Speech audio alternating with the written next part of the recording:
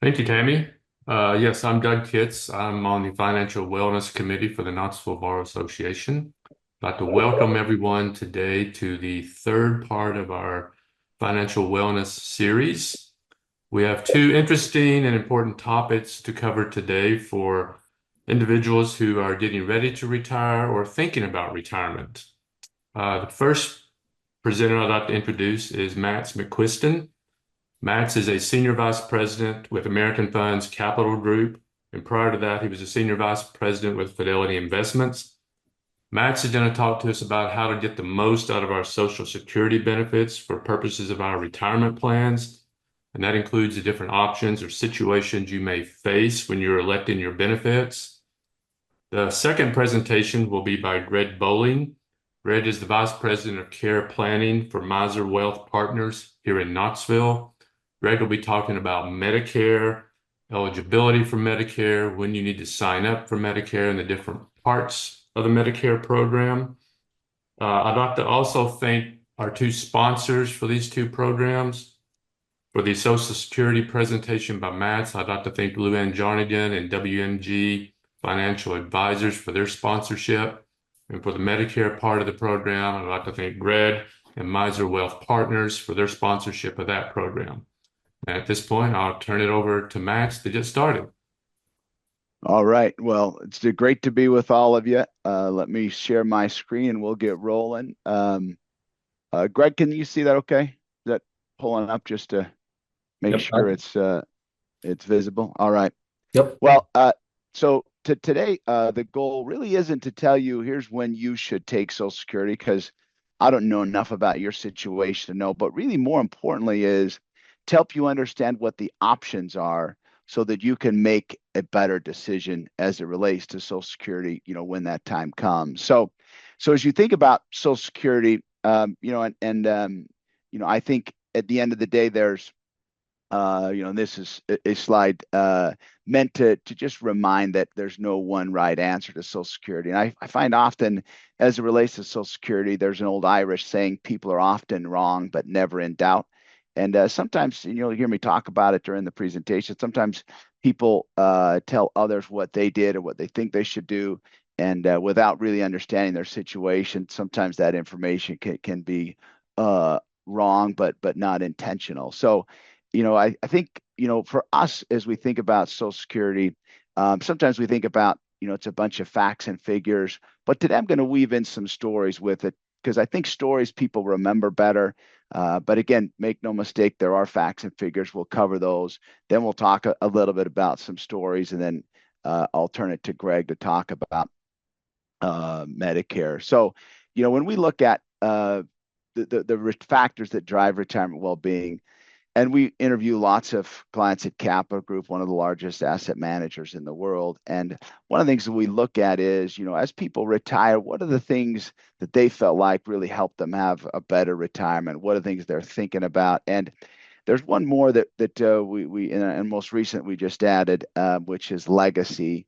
But Social Security falls under this financial bucket, which is not just the investments that you've made to create a income in retirement, but also Social Security is an important part of that. And for some, it's a really important part. For some, it might be all of their income in retirement. For others, it might be a sum or a smaller set. But the reality is, for a high wage earner who's worked at a long work history, between them and their spouse could be over $1 million of income in retirement from Social Security. So it's an important part of a plan, but it's not the only part. Health, when we look at, is not just Medicare and health insurance, but it's also living your best life in retirement. How do I be as healthy as possible? Social is, think about that as who am I going to spend my time with in retirement? What am I going to do? And then legacy is kind of the planning side. What do I want my legacy to be before I pass? So these are all factors that drive retirement well-being. But again, for today's purposes, we're going to talk about Social Security, which again, depending on your situation, could be a large or smaller part of your plan, but it's still important regardless. But it's also helpful to think about, the assets as you save them, that it's also important as you create that retirement paycheck to make sure in the distribution phase, meaning once you retire, that you that you have a portfolio that's really built to manage downside risk in the portfolio differently. It's normal, natural part of markets that they go down. But when you get in the distribution phase, you have the chance to replenish and you need the money. It's important to really think about how you build the portfolio. And again, that's what our goal is today, is to think about the Social Security part. But make no mistake, it's really important as you work with your advisor to really understand how you build a portfolio that's built for distribution. So today, again, as I mentioned, we'll cover three topics: the factors that impact Social Security. We'll talk about some case studies. There's 5 of them, and then some next steps that I'll suggest. So first, here's the factors that impact Social Security. Number one is your work and earnings history, the timing of when you take those benefits, and then your marital status, both in the past and in the present. So first is you look at, how do I qualify for benefits on my own record? Well, number one is it looks at, you need at least 10 years of earnings, and it looks at your highest 35. So if you worked more than 35, it's going to replace lower years with higher years. But you need at least 10 years in order to qualify for benefits on your own record. That doesn't mean spousal benefits. We'll talk about those separately, but on your own record. Number two is looking at understanding what full retirement age is. And what that's meant to be is the age at which you can receive a benefit and get the full benefit that's you're entitled to. If you delay beyond full retirement age, there's a delayed retirement credit, which means you would get more. And if you take it early, you'll get less because you're receiving more payments. But as you look for purposes today, full retirement age under current Social Security law is between 66 and 67, depending on when you were born. Now, as I mentioned, if you take a benefit early, you see there's a reduction in benefits. Again, people sometimes say, oh, Social Security is going to penalize me for taking it early. I don't think about it that way. I think about it as you're getting more payments because you're starting earlier. And assuming you live to the same age, you're getting more payments, so they reduce the payments that you receive. Likewise, if you delay beyond full retirement age, there's an increased benefits at 0.2% per month that you would receive for delaying benefits beyond full retirement age. You'd never wait beyond 70. That's when you max out your Social Security benefit. But your situation when you might take it will depend on a lot of variables, and we'll unpack a little bit of that. But for purposes today in the illustrations, we'll assume full retirement age is 66, just to keep it easy to kind of track back and forth. Now, some of you might be in this group that really like statistics and numbers and spreadsheets. And for those of you in this group, people often say, well, maybe I'm going to decide when I would take it based on the numerical side of it. And the reality is, I always joke with advisors. I say, if your clients knew plus or minus a month of when they were going to pass, it makes it a lot easier to plan. And all joking aside, that obviously would be true. But the reality is, and we're looking here at a chart, and we're assuming, as you can see at the bottom of the white section where it says age 66, that the full retirement amount is 2,400, and we also call it the primary insured amount, which means at full retirement age you're eligible for 2,400. If you took it early, we're going to say that 4 years early, which would be a 25% reduction. Your benefit instead of 2,400 would be 1,800, that 25% reduction. And likewise, if you delayed from 66 all the way to age 70, it would go up by 32% and up to 3,168.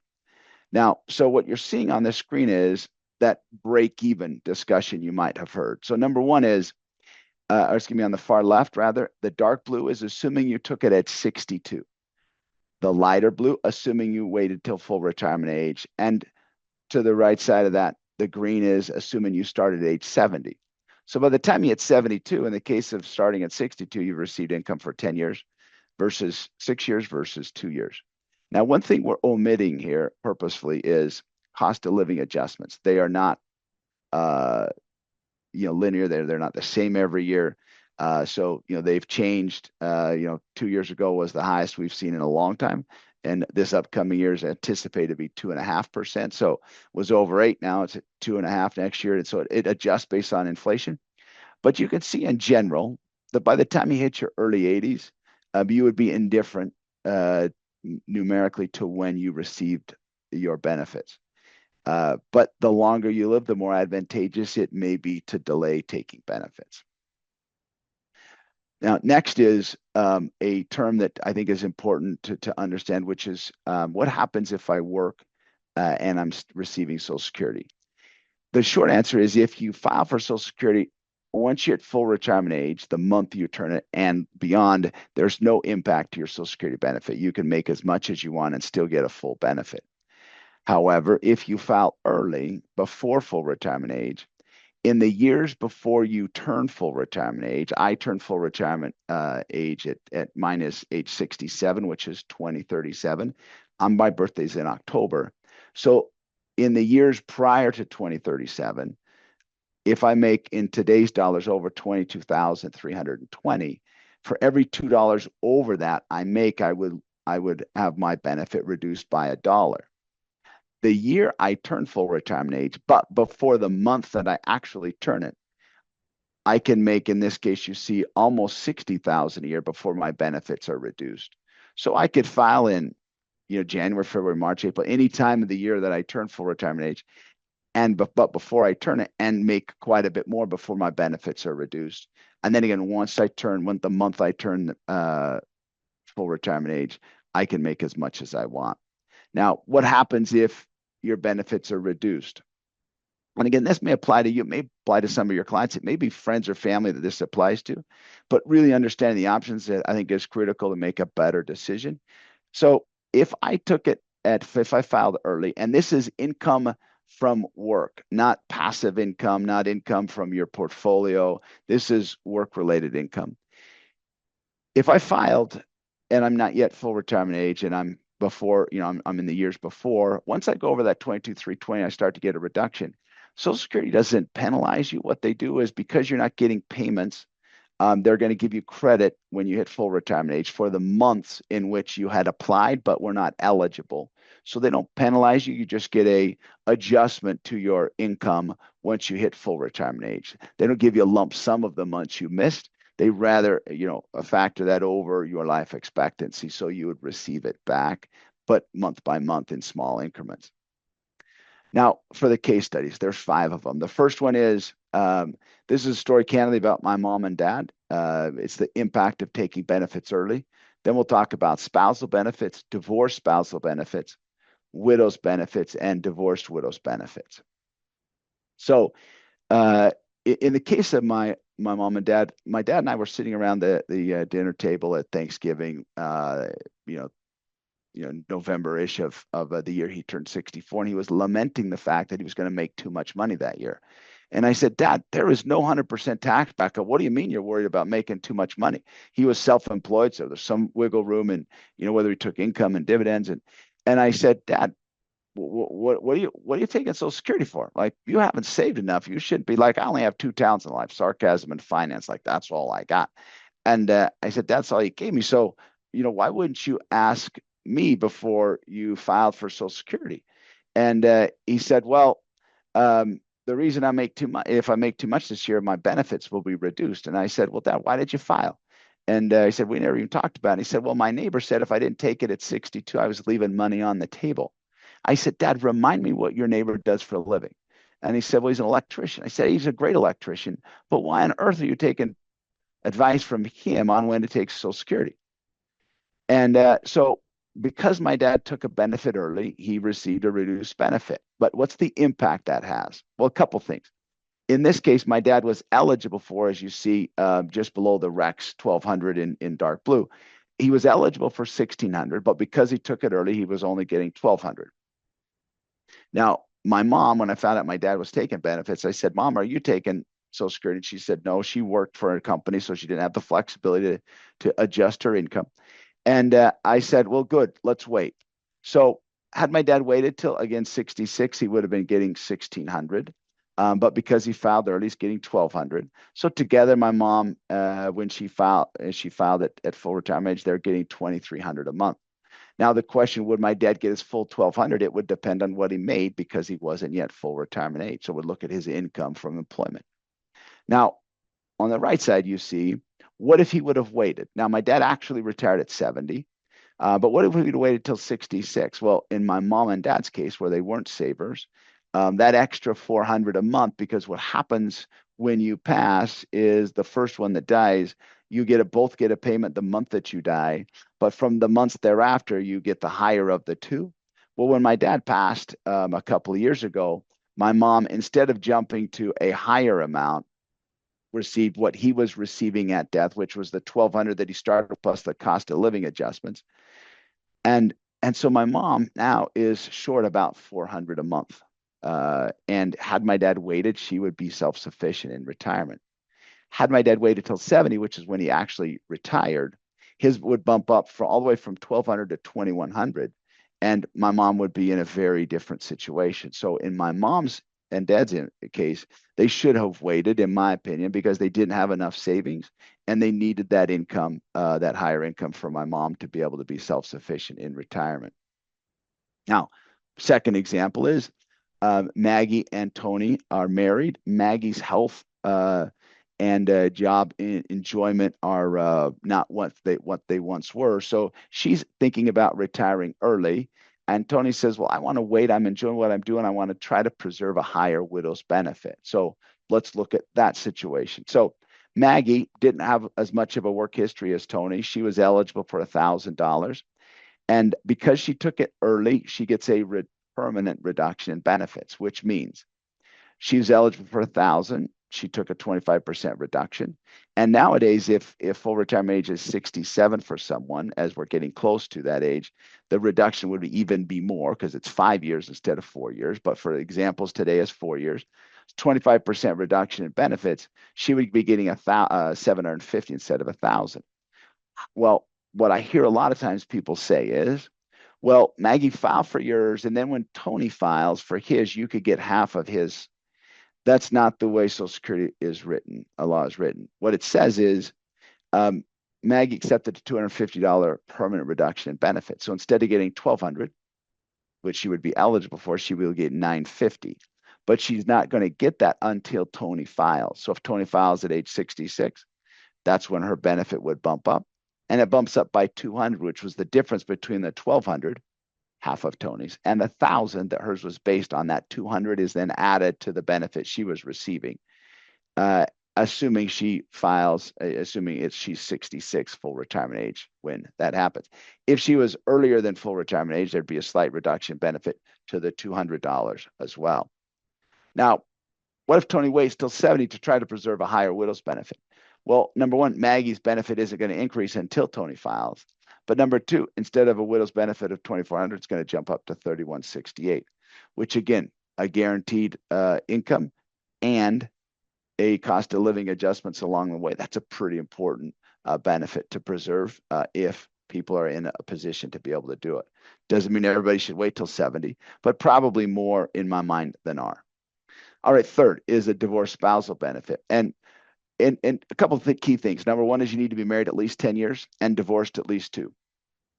So in the case of Trey and Trish, they were married for over 10 years. They were divorced at least 2. And Trey now wants to file. Now, question. If we were together, I would ask the question, but since we're not, I will ask it rhetorically. Does Trish have to be receiving a benefit if they're married in order for Trey to receive part of hers? Not part of hers, but a benefit based on hers. Yes. If they're divorced, that's different. She just has to be eligible, meaning 62 or older. So if Trey goes into Social Security and says, "I want to file for Social Security benefits," are they going to ask him, "Were you married? How long were you married? Were you divorced?" It's rare they're going to ask those questions. They can, but rare that they do. They might say, "Okay, let's look at your record. Okay, you're eligible for 500 a month." But because Trey knew that to take his divorce decree and its marriage certificate he said, "Am I eligible for benefit based on my ex-spouse Trisha's record?" So because he knew to ask that, they looked it up. He had the documentation to prove it. His benefit, instead of 500 a month, 1,200 a month. The divorce spousal benefit is one of the more widely misunderstood or not even understood benefits that exist, because Social Security doesn't track that. They're not going to let you know. You need to be the one to bring it forward. All right, the fourth example is widow's benefit. And In this case, Karen and Doug, they'd been married over 30 years. Doug was 64. He passed unexpectedly, and at the time had not yet filed for benefits. So, what are Karen's choices? Well, at the time, Karen was still working. She was 60. And so, if she files for a widow's benefit before full retirement age, is there a reduction in benefits?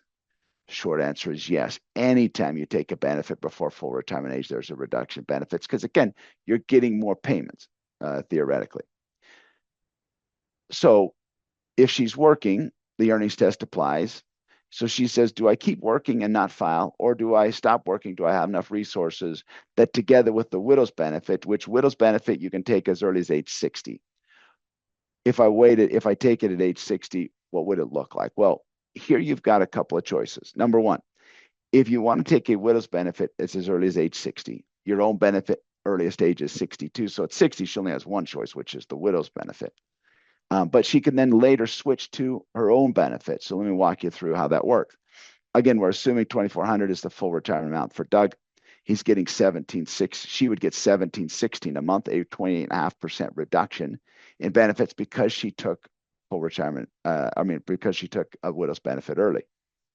Now, what happens is because she switches records when she switches from a widow's benefit to her own record, the reduction in benefits goes away when you flip to your own from one record to the other. So notice there's a difference of about $134 a month. Well, she could that 134 is going to stay plus or minus about there because both of those are going to get cost of living adjustments along the way. And hers would start on her own benefit about 62, so they'd probably be pretty close to the same by that time. And then she can keep getting a widow's benefit, and then anytime from 62 on, depending on what the amounts look like, in this case, she would want to wait. She could wait until age 70 and be getting the widow's benefit all the way and then flip to a much higher benefit at age 70. Now, does she have to wait that long? No, she could switch over at any time. She could switch at 66 or 67 or whenever it was. So she has the ability to switch at any time. But assuming she waited till 70, she'd jump up to 2,442. That's a big difference in income for a lot of retirees, over $700. Last case study, this is actually about my mother and father-in-law. And I never knew them married. When my wife and I met, they were separated. And they later got divorced. My father-in-law actually remarried a couple of times after that. And my mother-in-law had never remarried. And so one day, as my father had his first colonoscopy at 72, which I do not recommend, and he had multiple polyps that ultimately turned into colon cancer and took his life. When he was on hospice, and because I'm a smart aleck, I said to my mom, I said, Mom, you're going to like, I called her Mom, even though she's my mother-in-law. I said, Mom, you're going to like Dad a little bit more than you did. And she goes, no, we've made up, we've made amends, everything's fine. There was pretty acrimonious at the beginning. You might have met an acrimonious divorce. Given your profession, probably have. Yet she's like, no, we're fine. And I said, well, your benefit is right now $1,530 a month. His benefit is $1,680 a month. So when he passes, you're going to be able to go up from $1,530 to $1,680 a month. So there's 1,800 reasons a year or $1,800 a year to like him more than you have. And she's like, Max, I told you we're fine. I said, you found out about it because I told you. I said, so 1,800 reasons a year you should be so happy that your daughter said yes when I asked her to marry me. And she goes, okay, that's going a little far. And hopefully you sense a little bit of humor in there. But the reality is that bump up doesn't happen automatically. You'd need to go into Social Security and ask for an increase, which she did, and she got the bump. Now, one of the things that I probably should say, given the company I'm in, but I'll quote what I heard someone else say that used to work at Social Security Department, said, your ex-spouse, excuse me, is always worth more to you dead than alive as it relates to Social Security. Now, again, a little bit of humor. Hopefully it's okay in the group. But the reality is, as you think about that divorced widow's benefit, a lot of people aren't aware of that. And I'll conclude this section with a story. So there was an advisor who had an assistant that was 69. She was planning to work until 70. And she was asking, and I used to work with them more closely in my role at that time, and so I knew them quite well. And she said, I'm thinking I'm not going to be able to work till 70. My health is not so great, and I think I'm going to retire a year early. How much of an impact is that going to have to my Social Security benefit? And he says, you should call Max. He knows this really well, and I knew them. I used to work with them quite a bit. And so I said, well, I said, actually, it's 8% if it was exactly a year. I think maybe you remember the slide earlier in the deck. I said, and then I could have, and then I paused and I thought, you know what? She used to be married. I wonder how long that marriage lasts. So I just said, hey, I said, before we go, I said, you were married, right? She says, yeah. And I said, how long will that marriage last? She goes, 11 years. And I said, oh, okay. I said, did you ever remarry? And she says, no. And I said, um, now, if she would have remarried but was single at the time, it wouldn't matter. So doesn't mean because she got married that if she divorced again, is she still eligible? And I said, is your ex-spouse still alive? And she says, no, he passed away a few years ago. Well, immediately my radar went up. She's 69. She should have, at full retirement age, at a minimum, filed for either a divorced widow's benefit or her own benefit, whichever was higher. And then she could have switched later if she wanted. But in her case, I said, what kind of a wage earner was he and she? Do you know any idea what his Social Security benefit was? She goes, no, I have no idea. I said, did he make more than you? She goes, oh, yeah, I always did. And I said, here's what we need to do. I said, you're 69. I said, you're familiar with the term divorced widow's benefits from Social Security? She says, no, I've never heard of that. I said, here's what I need you to do. Grab your marriage certificate, grab your divorce decree. You need to go to Social Security as soon as you can and ask them to look at that you weren't familiar with a divorced widow's benefit.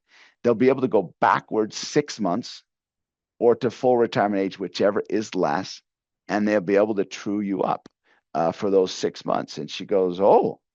So she called me about a month later. She goes, Max, I just want to let you know I got the largest check I've ever received in my life. And I said, how much was it? She goes, 18,000. I said, well, congratulations. What I didn't have the heart to tell her was those other 30 months that she was eligible at the $3,000 a month rate that would be in if she got 18,000.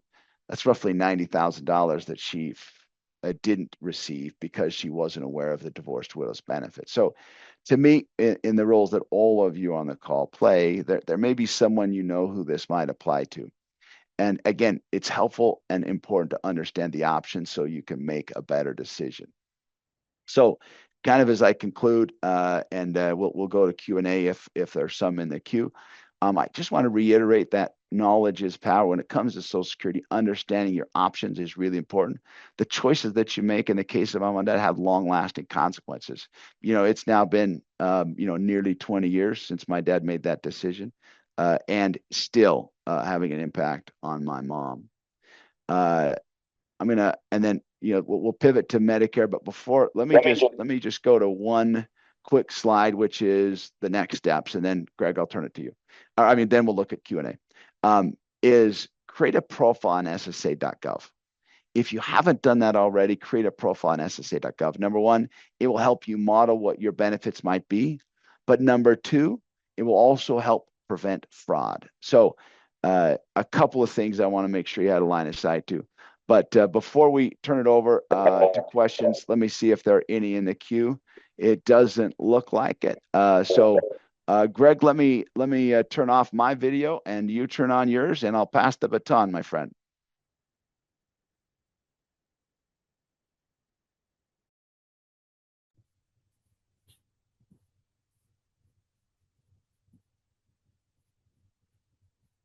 All right, I think I'm on. You are on, my friend. Good. Okay, good. Want to make sure you can hear me well. I think Tammy had issued some flyers. I don't have a screen share to go over, but I can refer to some of those slides as we go. For the most part, I just wanted to sort of have a discussion on Medicare and what some of your options are.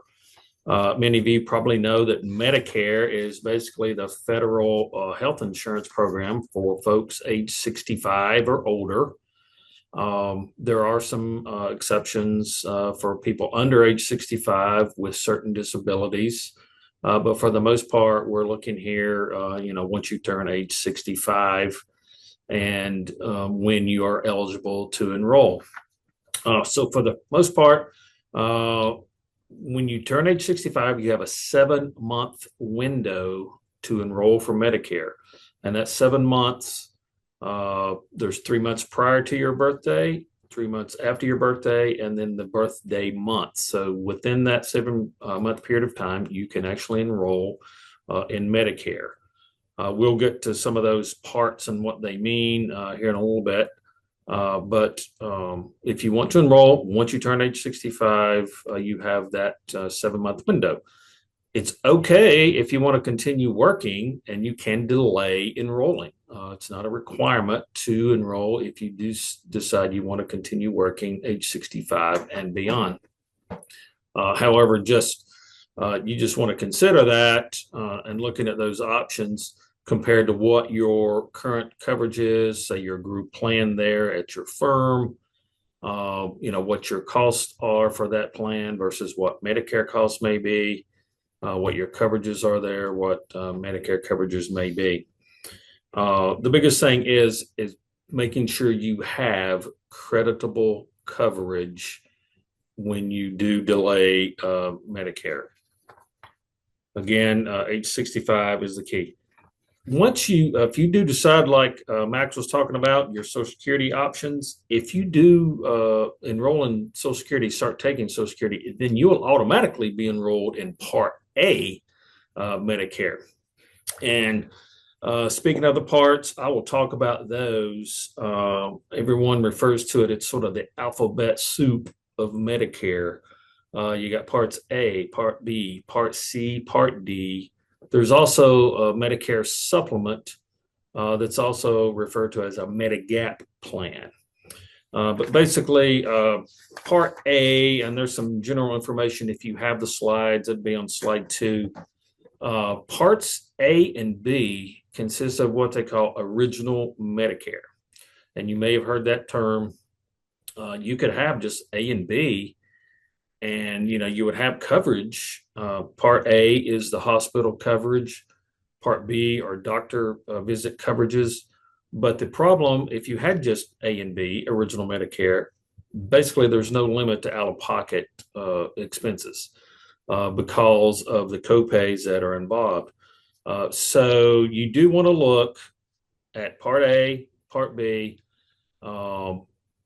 and then you would also have the Part D, which is the one that makes sense because D stands for drugs. That's your prescription drug coverage, having a separate prescription drug plan.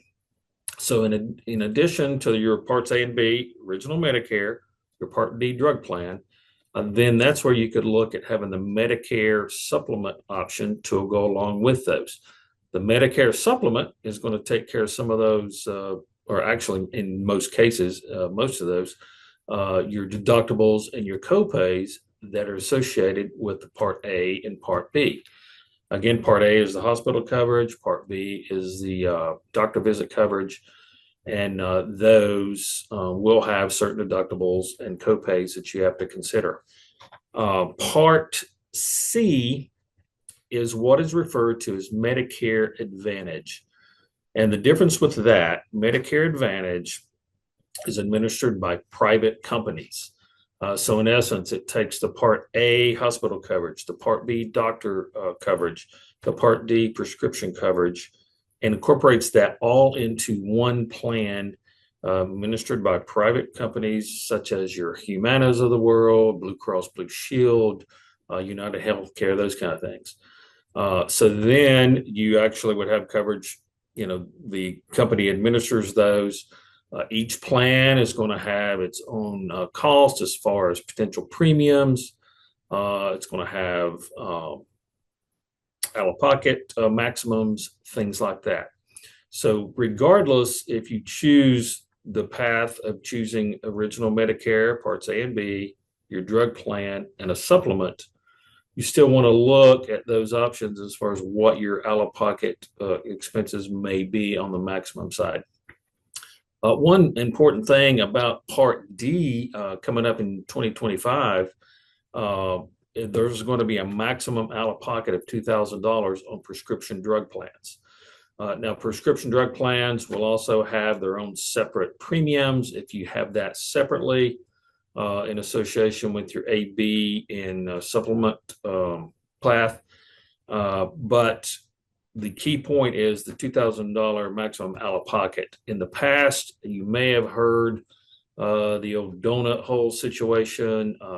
If someone had a really expensive prescription medication, their out-of-pocket expenses could be really, really high. So this is going to help in that situation. Looking back on the Medicare supplement side, most of those will incorporate the prescription drug plan within that. So you can just look at how that works as far as what premiums you may have and those kind of things. But the key point to remember is comparing those, which path is best for you. Original Medicare AB, a separate Part D drug plan with your supplement, or the Medicare Advantage plan. If you go the original Medicare route with your separate Part D plan, you still want to look at that. Some people have decided, I don't take any medications at all. Why do I need a drug plan? I'll get to that in a little bit on the avoided penalty section, where regardless if you take medications or not, you still need to get a drug plan. There are a lot of those that are really low cost, but it qualifies you to avoid those particular penalties. To avoid penalties, if you refer to like slides 7 and 8, if you have those available, one thing to remember, this is especially if you're going to continue working, an HSA, health savings account, you just need to stop contributing to that at least 6 months prior to enrolling in Medicare. If you do not, you could be subject to some penalties for that. And in order to continue working and continue contributing to your HSA, you just want to delay enrolling in Medicare. That's okay. You can do that if you want to keep working. But as far as Parts B and D are concerned, Part B, again, is the doctor coverage. There is a separate premium for that coverage that everybody pays. Depends on your income, and I'll discuss that a little bit on the IRMA section. But the main thing is you want to make sure you have creditable coverage. Again, we've had situations where, say, a self-employed person, they're not on a group plan and they've opted just to be self-insured and not have a individual health insurance plan. Once they're eligible for Medicare on Part B, they could be subject to a penalty that can stay on for as long as they live. So that's the thing you want to be sure of. Is in your situation here, we're talking, you have possibly your own medical or individual coverage or a group plan through your firm. That's okay. As long as you have that, once you enroll in Part B, you're going to be okay, and you can avoid those potential penalties. Same thing in Part D, the prescription drug plan, like I mentioned. Regardless if you're taking medications or not, you'll want to enroll in one of those plans. Typically, you can get those, like I mentioned, with some lower cost premiums, but that qualifies you to avoid some of those penalties that you could get. And concerning the IRMA, which stands for income-related, I totally forgot my train of thought. Income-related monthly adjustment amount. I don't know why they threw that one A in there. But anyway, that is the amount, a surcharge more or less, that you pay on Part D and Part B based on your income. I think it's on slide 3. There's some 2024 income numbers there that you could reference. Of course, those numbers are going to be a little bit more for 2025. But for the IRMA, basically, the more income you make, you're going to pay a little bit more on those premiums for Part B and Part D. The Part B is going to be paid regardless if you have the supplement path or the Medicare Advantage path. So in the situation, there's a 2-year look back when you looking at IRMA. The you can file for an appeal if your income has gone down within the last couple of years, or if you have another life-changing event, such as death of a spouse, your job situation changed and your income was lower. So those are some things to consider going forward as far as IRMA goes. And again, it applies to parts B and D. I mentioned on parts B and D, there are premiums involved. On part A, going back to the original Medicare, most people do not pay a separate premium for those. Those are included. Part A, you've always paid as long as you've worked at least 10 years and paid into Medicare, and you'll see that on your pay check stubs, basically. Like, what is this Medicare thing? That's what you've paid all those years, while you've been working. So again, I'll just do a quick recap. You can enroll basically at age 65. If you want to continue working, you can delay enrollment. Parts A, B, C, and D, and supplement. Again, parts A and B are original Medicare. Part D is a prescription drug plan. Part C is the separate Medicare Advantage plan if you want to go that route. And then as long as you have creditable coverage, you can eliminate those penalties for parts B and prescription drug coverage on D. And I know I sort of breezed through this pretty quickly, but Tammy, if you want to get on, or Doug, and see if there's any Q&A questions down there, I'll be happy to answer those as well. Greg, here's one pop up. Are there slides as part of the webinar on Medicare? Yeah, Joan, the email that I sent, there's a place to download the material. If not, I'll email it to you directly. If you don't see it, I'll get it to you. There's a link to download the actual slides. Perfect. If anybody else has any other questions, feel free to take the time now to use the Q&A function to put them in there, and we'll see if Greg and Max can answer anything for you guys.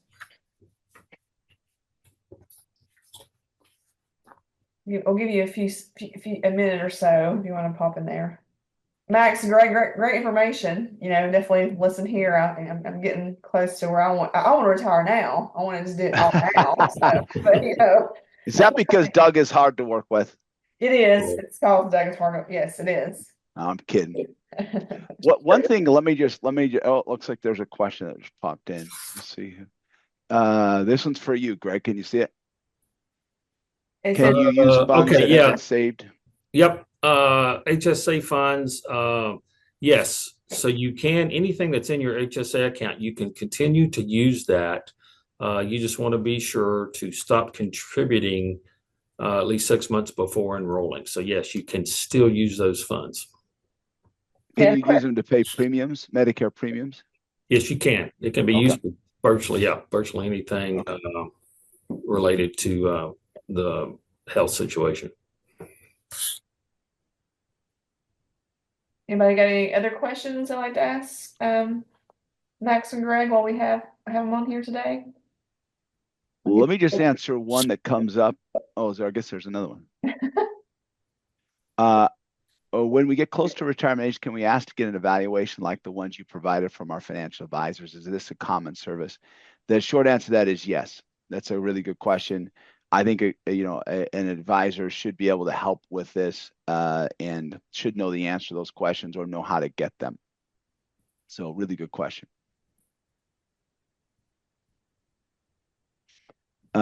Without prolonging, let me just answer a quick question that comes up often, which is the solvency of Social Security. Nobody probably worries about that on this call, but in case someone worries about it, what's the take on that? So if you've listened to some of the rhetoric from Washington, you'll hear them say that Social Security in 2033, 2034 is not going to have enough money to pay full benefits, and their estimating would be about a 25% reduction in benefits to those receiving it. That is certainly possible. History would say Congress, when that time comes, has always come together and made arrangements to fully fund it. You got roughly 1 in 6 Americans, not quite 1 in 6, like 1 in 5.5 Americans is getting Social Security. So it's a very popular benefit. Again, we don't know what the Congress will do 10 years from now, but the reality is they will have to address it. And usually their history has been to address it when the wolf is at the door rather than when there's termites eating the wood in the basement. So again, I would plan, if you want to be conservative, plan to fund a little bit more of your retirement with your own savings rather than leveraging or banking on Social Security. But it seems hard to think Congress would say, yeah, never mind, we'll just let everybody take a 25% cut. That would make them an unpopular politician. Generally, they try to get reelected. So doesn't mean it's a guarantee, but my suspicion is history would prevail. But again, we won't know that for about 10 years, given current. There's a lot of things they can do with Social Security if they want to make it more solvent. Medicare is actually a bigger issue than Social Security in terms of funding. So that's a topic for another day. But I just want to give people a little bit of that sense from a planning standpoint.